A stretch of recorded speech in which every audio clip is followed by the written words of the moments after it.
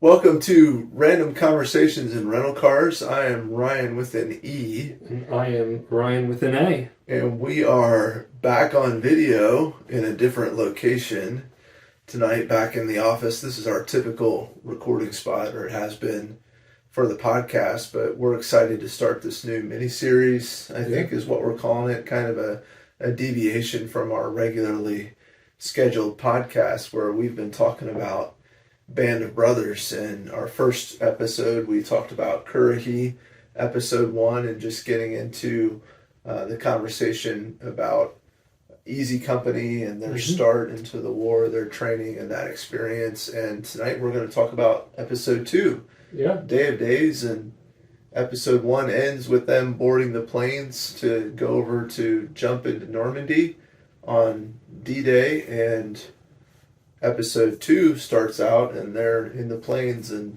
getting there and undergoing fire. So yeah, man, I'm going to kick it over to you and just say, hey, this is your second time through Band of Brothers. Not your first time through, but you've watched this episode a number of times now. Yeah, I'm probably 5 or 6 times now. 5 or 6 times now. I watched it twice today. Did you today? You watched it earlier and then tonight we just watched again. it. Right before this. So yeah, so I watched it. I think this was my third time watching it since we started talking about reviewing this particular series. Yeah.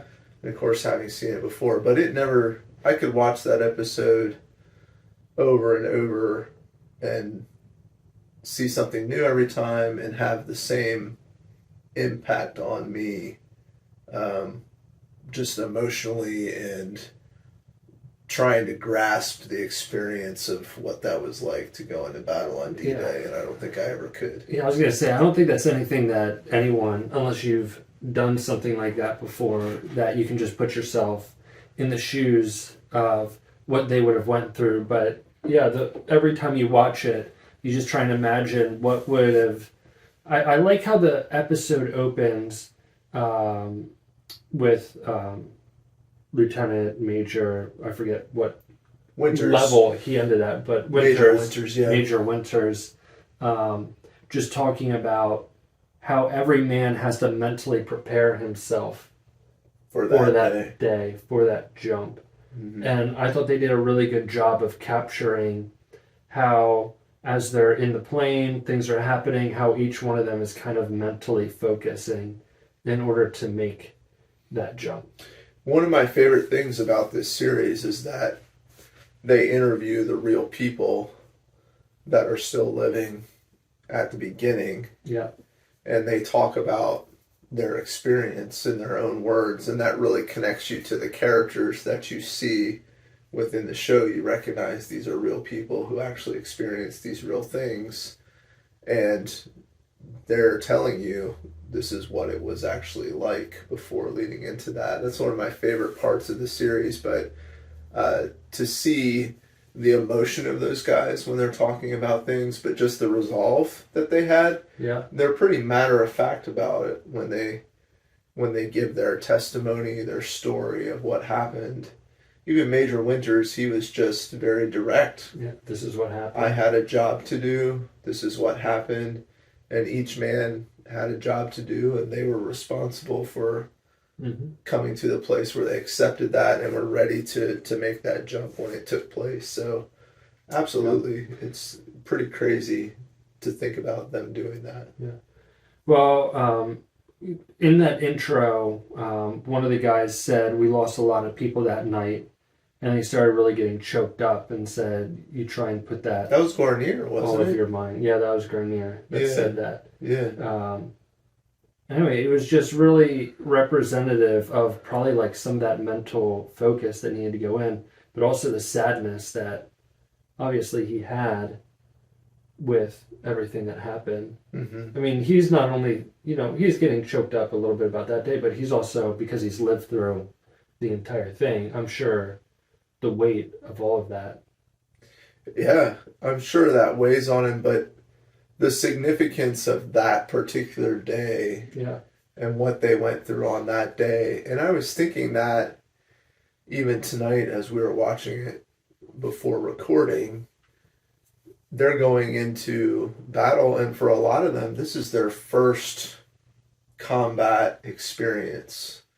Everything up to that point had been training, drill, which could never replicate the real thing. Mm-hmm. And even those pilots flying the planes, for many of them, they may have gone on practice runs or things like that. Yeah. But to go into actual combat for the first time, and you're actually experiencing that and seeing people around you die, seeing planes go down and all those things, it had to be just shocking to go through. Well, I was thinking a lot about the pilots because, all those guys were jumping out of the planes, but the pilots were the ones stuck in the planes. Like, I wonder, out of all the planes that left that day to drop, the paratroopers in, how many of them actually made it back?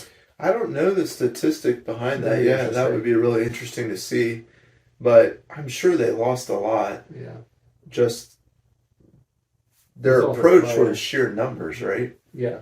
Their approach was just, we're going to overwhelm. I think it was the largest invading force ever in history up to that time. So it's like, we're just going to overwhelm with numbers. Yeah. And I think you recognize probably as the commanding officers, they're looking at it like probably thinking, hey, we can afford to lose X number of planes when we go over there, and we're expecting that. Mm-hmm. And it was kind of like a luck thing, right? Like, you just hope you're in with them. You're the one that plane that hit. Yeah. Yeah. So, and they're just flying straight through, and there's not a lot of deviation because they're in formation in those planes. And I'm watching pretty close to each other. They had that one scene where it's from the plane's view, and they're looking down on everything, and all you see are parachutes all over the place. And I'm just thinking, how, there's parachutes above you, parachutes below you, and you're flying. Mm-hmm. What are the odds that you just hit one of your guys? And there's so much anti-aircraft fire, the flak everywhere, the bombs going off, planes on fire. Planes going down. People jumping out of planes. It's just chaos. And I think that was kind of the point of the episode, was all these guys jumped and none of them landed where they were supposed to land. Yeah. They were mixed up companies, mixed up divisions. They were, I think, Easy Company, it followed Lieutenant Winters and what happened with him. And where he landed was 7 kilometers from his objective, and he says, we're 7 kilometers away, and we're supposed to have achieved our objective in 4 hours. We got a lot of walking. Right. How are you going to get to your objective even in 4 hours when it's that far away? So pretty amazing. But one thing that he said too was, the plane that he was in, the co-pilot gets shot. Yeah. And the pilot panics. And they're all standing up in the back, and they have the light. Yeah. So the light was already red. So they did their whole gear check, clip in, gear check, count off. Mm-hmm. Yeah. Yeah, and the pilot just panics and flips it to green.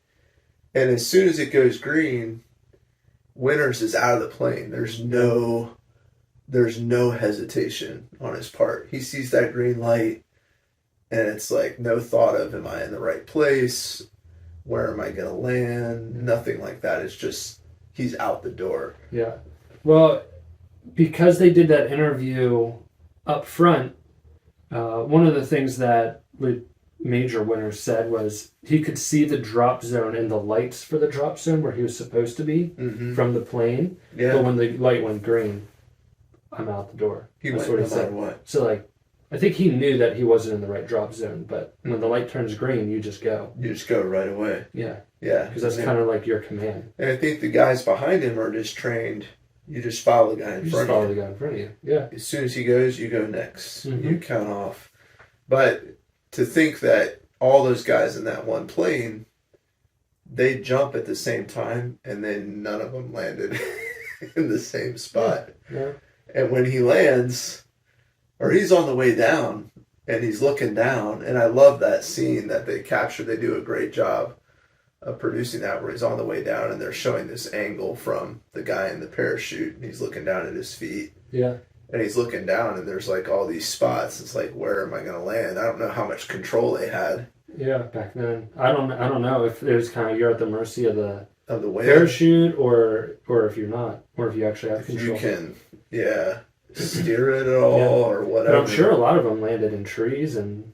Well, they show the one guy who lands in the tree and dies, but, am I just going to land in this fire? And I'm going to land in the middle of a, group of German soldiers? Am I going to just get shot by any aircraft fire? Yeah. Had to be so and crazy. There's you're landing, and anywhere around you on all sides, right, you're going to be getting shot at. Mm-hmm. There's enemies all around you. So, like, that's another mental thing that you have to prepare for. Mm-hmm. But, yeah, so he lands, Lieutenant Winters at this point, lands, and then Hall lands next to him as well, and he's in A company. Yeah. And Winters only has a knife at this point. He loses his gun. Yeah. He loses all his supplies. Yeah. I think his rope breaks, and he's frustrated. He's frustrated by that, and he just has a knife. Yeah. But he's calm. He's calm, and he's like, all right, let's get out of here. So he, they turn and go one way, and then they start getting, like, shot at. And he says, he's like, follow me. And then they start getting shot at. And then he says, how with that? And he just turns around and goes the exact opposite way. So, but the one thing that you were saying that I thought was really interesting is that, not only does he maintain his calm, but he also is able to bring this sense of humor to the situation. And I don't know if he really did that or if that was just acting. Mm-hmm. You know what I mean? Mm-hmm. So, like, two jokes that he made as he's walking with Hall. They're walking through the woods, and he's like, we need to get our bearings here. We're looking for landmarks, houses, roads, trees. They're surrounded by trees. And then Hall says, you think everybody is as lost as we are? And then Winters just says, we're not lost, Private. We're in Normandy. Right. We're exactly. Yeah. One of the things that I think is true about Winters, and there's testament, he really is the star of the original book, Band of Brothers, and the star of the series. Mm-hmm. He's the main focus and the main character, as well as all the company, but he's the epitome of what it meant to be in Easy Company and the leader of that group. And one thing that's very clear from jump in this episode is the composure that he maintains no matter what situation he encounters. And I don't know where that calm comes from in his life. I don't know. They allude to the fact of him being a man of faith. I don't know how true that is or not, but I think you get a glimpse into the calmness in episode 1 with Curry, and how he's reacting to Lieutenant Sobel. Yeah, he just stays very calm and collect. But clearly that probably comes from an upbringing and a mindset, right, that he had. It's probably instilled in him. Something in his background had to instill that in him, or maybe it was just inherent within him. I don't know, the whole nature versus nurture argument. Where did that come from? But he's a man of great character, and a man of great leadership quality, where he's able to maintain his composure, his wits about him, no matter what the circumstances. Mm-hmm. But at the same time, he's not devoid of emotion. He still is careful to be concerned about the guys around him. He's obviously disturbed by the one guy who dies later on in the episode, which we'll get to. He loses a man and that impacts him, but he does his job, right? No matter what. Well, one of the episodes in the future, they play this theme out a lot further, but one of the things, so I'm sure we'll talk about it more in that particular episode. Yeah. But they start drawing it out in this episode, and that's the fact that he leads not from behind, but from the front. Mm-hmm. So he doesn't say, all right, guys, you go do this. I'm going to stand back and watch and see how things play out. Again, that theme, there's a specific episode that's kind of around that. So we'll talk about that more. But you see that, like, we're the ones that are going to be running the assault. And when they actually go to do the assault, he's the first one forward in that assault. So he's it's always leading by example, the first one in. Follow me. Yeah. Yeah, one of the things I love about this episode in particular, it captures combat really well. Yeah. And the chaos of combat, but also the order and structure of a disciplined fighting force with a good leader behind them. Yeah. He goes into the situation, they reunite, they come to a place where they have to take out these 4 German 88s, these guns that are shelling Utah Beach where the troops are landing right on D-Day. And it's like, we got to take out these guns. So they send him to do it. They don't know how many Germans they're up against. No. It's like, how many are there? Well, we don't know. Yeah. It's just like, we have to go take out these guns. No matter what the odds are against us, we have to do that. And they only have 12 guys. There's 12 guys. And they're up against an unknown number. And they don't even know. They only know if you kind of play that scene out. He draws out and he's like, we know that there's 2 guns here. We're going to assume that there's 2 other guns over here. We know there's 4, but the other 2 are... Yeah, he didn't actually know the whole story. He was just kind of... Yeah, and we thought there was 1 machine gun covering in the rear. The reality was there was many more than that, right? I think there were different ones throughout. It's kind of hard to tell when they're going through the combat scene, but he analyzes the situation, and he's so quick to just give instruction to each person. He just assigns each person, and there's no hesitation on his part at all. It's like, you're going to do this, you're going to do this, you're going to go here, right? You're going to come up in the rear with the TNT to spike the guns once we take the first gun. Is that micromanagement? I don't know. I mean, you could call it that for sure, but in that circumstance, I just put myself in the shoes of a private, right? I'm not in the military, never have been. I've played paintball a few times. That's the extent of my combat experience. So very limited, but I can imagine being a private, being nervous, being afraid, not knowing what I'm going to do, and looking to someone like him who's calm, composed, knows what he's doing, and is just telling me, you're just going to do this. I have this one job to do. Okay, I'm going to go over here. And that's what you're going to do. And I'm going to take these guys out, right? I'm going to attack these guys here, or I'm going to be doing suppressing fire over here, or I'm going to go over here and throw my grenade in this machine gun nest, right? Yeah. And you just follow the orders, right? Speaking of grenades. Yeah. That was just, Joe Toy, he almost gets blown up twice in this episode. By his own. One was someone, a German grenade, and then one was Buck's grenade. So Buck, all right, I wanted to call that out. Like, Buck is a sergeant. Yeah. He's a leader of a platoon underneath the lieutenant, who's the commanding officer of the group, right, of the company.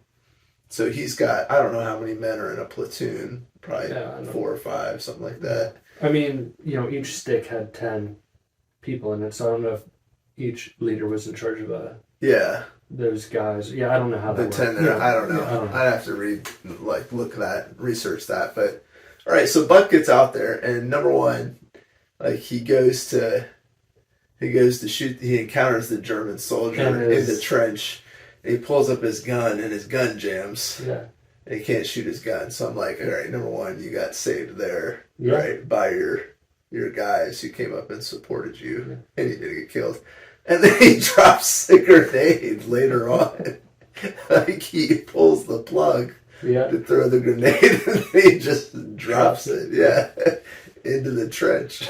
I'm sure that happened at different times, but I was like, man, what are the odds of this guy, the same guy? Twice in one episode, one day, one battle. And I'm thinking, if I'm in his platoon and like I saw those two things happen, I'd be like, dude, I'm not going into combat with you ever again. Yeah. That's funny. I thought they did a good job. Like you said, I was really impressed with the camera work and how well they captured. Yeah. It almost made it feel like you could almost. I mean, we talked about this at the beginning. Like, obviously, there's no way for me to know what that's like without actually going into battle. But I thought they did a really good job of kind of putting out the atmosphere of what it probably would have been like. Because there were points in time I'm like, wow, this probably would have been a really hard scene to actually shoot. So. And even there's a lot of chaos. It's not like a still shot of anything. I was just thinking the camera's moving in the trenches as they're running through the different trenches. Yeah, it almost has a GoPro type feel in a lot of the scenes. But it's always kind of like moving. And that has to be the chaos of combat and kind of what it feels like to just be a little disoriented, right? And anything could happen from anywhere, right? You don't know where the fire is even coming from or where things are. You just know where you are and what your objective is. But there's just they're under constant gunfire no matter where they are. Yeah. And that's what makes him being able to stay calm even under that fire really impressive. One of the scenes that happened right before this scene that I really appreciated, I don't know what your thoughts were on it, but I like the scene where they played out between Malarkey and the other guy from the German side, who was actually from the United States. Yeah. It's crazy. So there's a scene where he comes up and there's a group of German prisoners and he encounters the one guy and he kind of is taunting him. He gets in his face and he's just like, oh, where are you from? You know? And the guy responds, I'm from Oregon. And he's on the German side and like responding to the call of the motherland, like all good Aryans should come back to the motherland. And I don't know how much of that actually happened. But it definitely captures the fact that there were some people who went back to... Yeah, what really, I guess... What drew out of that scene for me was the fact that these, on both sides, the U.S. and the German side, were people. Like, they were real people with real lives. And, you're not just... I'm sure it felt a lot like you're just fighting this evil force. But I thought that particular scene pointed out that you're actually fighting another person. Yeah, it humanizes the other side. Yeah. But then when the guy goes and kills the German prisoners, Lieutenant Spears goes and just, kills the German prisoners for no reason after getting them a cigarette. It's just kind of shocking. You can tell that really shook Malarkey because it's almost like I just created a little bit of a bond with someone and now Spears just wiped them all out. Right. So I think there's always that tension. There has to be that tension. I've seen that type of thing in a lot of war movies. There's a scene like that in Saving Private Ryan. There's a scene like that in the movie Fury, if you've seen that with Brad Pitt. But in a lot of war movies, they explore this tension of these are human beings on the other side, and you're fighting this evil. But a lot of times, the guys who are doing the actual fighting are just doing what they're told to do. They're soldiers. It's their career. They're following orders. And they may not have the same ideology of their leaders. They might have the same ideology, but they're human beings is the point. And they're just going out. And it's like this whole tension of, man, I'm killing a person. Or is my view of them. And some guys view them as other human beings and some guys don't. They're just the enemy to be killed and it doesn't really affect them at all. And Spears seems like someone who just doesn't have a conscience about it at all. Right?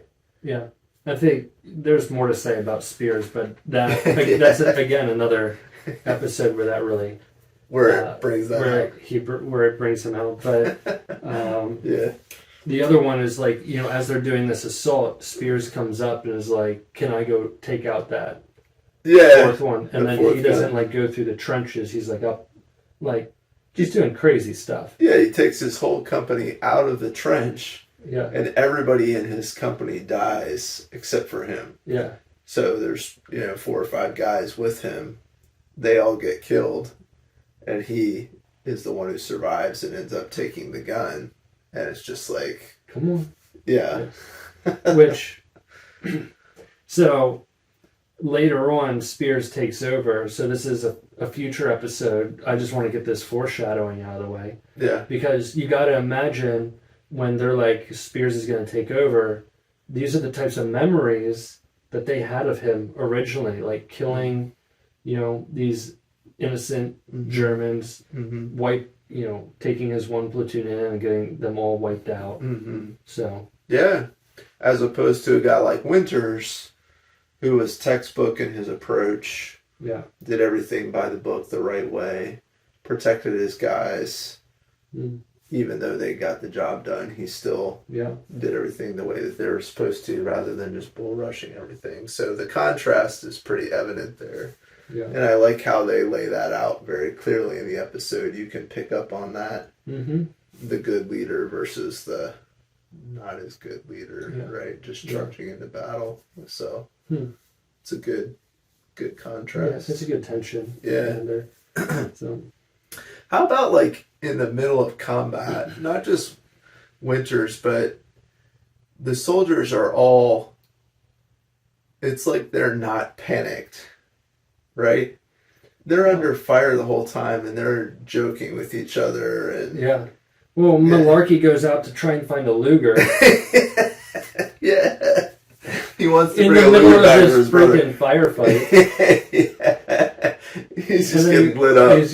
And then he runs back and, I don't know how he survived that, but, Yeah. Grenier makes a snide comment to him and, they just move on and, yeah. It's like we just almost got killed, but they're resigned to that fate almost. Yeah. It's like no matter what, I could die in the next minute. I'm just going to go do what I need to do. Yeah. So it's a hard thing for me to identify with. Yeah. What's like something that really stuck out to you maybe about this episode? Something that's kind of weird. Maybe not weird, just like not obvious. Something not obvious. I'll give you mine, so you can kind of understand. Are you alluding to something, or Well, I just want to see if there's anything similar to what stuck out to me. Okay. That maybe stuck out to you. Mm-hmm. What stuck out to me was how bloody the mud was. At the end. At the end, you saw, even like when they were coming into that camp, you just saw like the mud was mostly like mud and blood. It was like, it was just red. Mm-hmm. And that really stuck out to me. I said, wow, that's a lot of blood. Yeah, right there on the ground. Yeah. I'm sure a lot of that blood was from the animals. Right. Not from the war. Right. Because that was back at the base camp. But even the little things that you don't think about, I know with the war going on right now with Russia and Ukraine, we have it in our face, like the destruction of society almost, right? Mm-hmm. It's like buildings are destroyed. Yeah.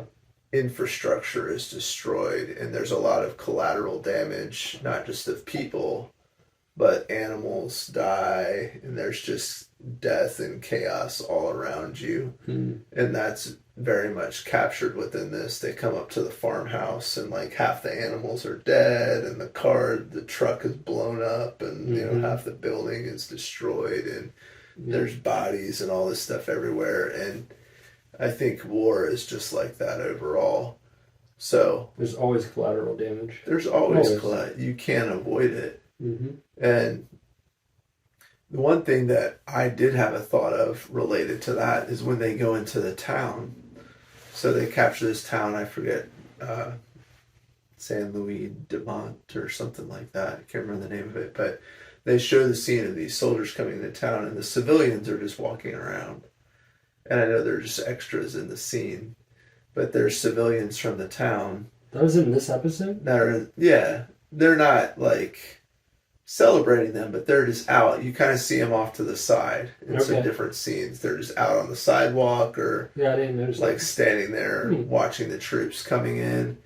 And I can imagine putting myself in their shoes and like, all right, one day it's the Germans, the next day it's the Americans. Mm-hmm. You know, they're having this war and I'm just in here just trying to live my life, right? Yeah. You know, I'm a French farmer. Yeah. And I'm just trying to run my farm and, you know, who knows what army is coming through here next. Yeah. It had to be kind of crazy for those people to live that way. So I'd say that's a weird thing that stuck out to me. Yeah, I didn't notice that. Yeah. That's interesting. Yeah. I'm going to have to go back and watch it for a sixth time just for that. Just for that scene. I'll show it to you. Yeah, I did have the favorite line that I told you about. Yeah, what was your favorite line? So my favorite line is so at the beginning, he's... Guarnier, he disobeys an order. Yeah. And he fires before he's given the command to fire. And Winters gets in his face. So Guarnier calls him a Quaker. Yeah. Oh, yeah. Right? Yeah. He says, you're this Quaker yelling at me for killing Germans, you know. So later on in the episode, Winters confronts him and just kind of tongue-in-cheek says, oh, by the way, I'm not a Quaker. Right? Yeah. And it makes Guarnier laugh. But then Winters leaves and the guy says, well, he's not a Quaker, he's probably a Mennonite. And then another guy in the background goes, what's a Mennonite? That's my favorite line in the whole episode. We're obviously in central Pennsylvania. You grew up surrounded by Mennonites and Quakers and Amish people. Brethren, Amish. Yeah. Right. What's a Mennonite? Yeah. Yeah, but if you where I grew up in Tennessee, you go down south and you say Mennonite. Oh, they wouldn't know what that is. No. That's funny. So in Tennessee, you're either a Baptist or you're not a Christian. Right? Like that's kind of how it works. Yeah. You're either Baptist or not Christian. Yeah. That's funny. Yeah. Anyhow. I don't think I have a favorite line. But did you notice that Joe Toy got his brass knuckles? Yeah, he punches the guy. He punches the guy with his brass knuckles. Yeah. I thought that was interesting. Because, in episode 1, he's complaining about all of his gear that he has to carry. And this other guy's like, you should have brass knuckles. And he's like, I should have brass knuckles. Yeah. And then in episode 2, he punches the guy with and he just has them on. Yeah, while he's like shooting. I don't know how you shoot with brass knuckles on. How does he just have them on? I don't know. Yeah. But that's cool. I'll take it. Unless he's shooting left-handed, I guess. And he's holding, Yeah, I don't he's know. holding the gun with his right hand and then... Yeah. Oh, man. Yeah. What else you got? I mean, nothing else. I think, all in all, great episode. Probably one of the best representations, if not the best representation of combat on D-Day from the airborne side of things, which you don't see a lot of. I think Saving Private Ryan got a lot of recognition for its depiction of the beach invasion on D-Day. The first, 7 or 8 minutes of that movie is all about that. So I think that captures that. But for this, from the airborne side of things, this is probably the best depiction of that. And again, tying it back to those real people and bringing it in. I really appreciated that episode. So excited to go on to episode 3 and where they go from here. Yeah. It'll be a good time. I thought they did, like you said, I thought this episode was phenomenal. Just did a great job building on top of what they already did in the previous one. because I know what the next episode is, I'm really excited for, just how this series keeps building on top of each other, on top of every episode. It has a really amazing storyline to it. They do a great job capturing that. But yeah, this episode, really great. Just really captured what I believe would be the feelings and emotions that they would have had from the plane the whole way to even like a single battle. Was just they just captured that really well. So I really appreciate the episode. Love it. Yeah, such an appreciation for the people who went through that experience. The men who got in those planes and had the courage to jump out, right? And then to continue on in their mission even after doing that. It's so far above and beyond anything that we've ever encountered or experienced in life, and I probably ever will experience, to go through something like that. So much respect, gratitude, feelings like that come into play when you watch something like this. So yeah, really enjoying the series. Cool. Yeah. Well, thank you all for listening, and thank you all for watching if you're watching this one. So yeah. Check out our other podcasts at ryenandryan.com, and hope you're enjoying the mini-series on Band of Brothers. We'll keep putting these out in addition to our regularly scheduled programming. So have a great night. see ya.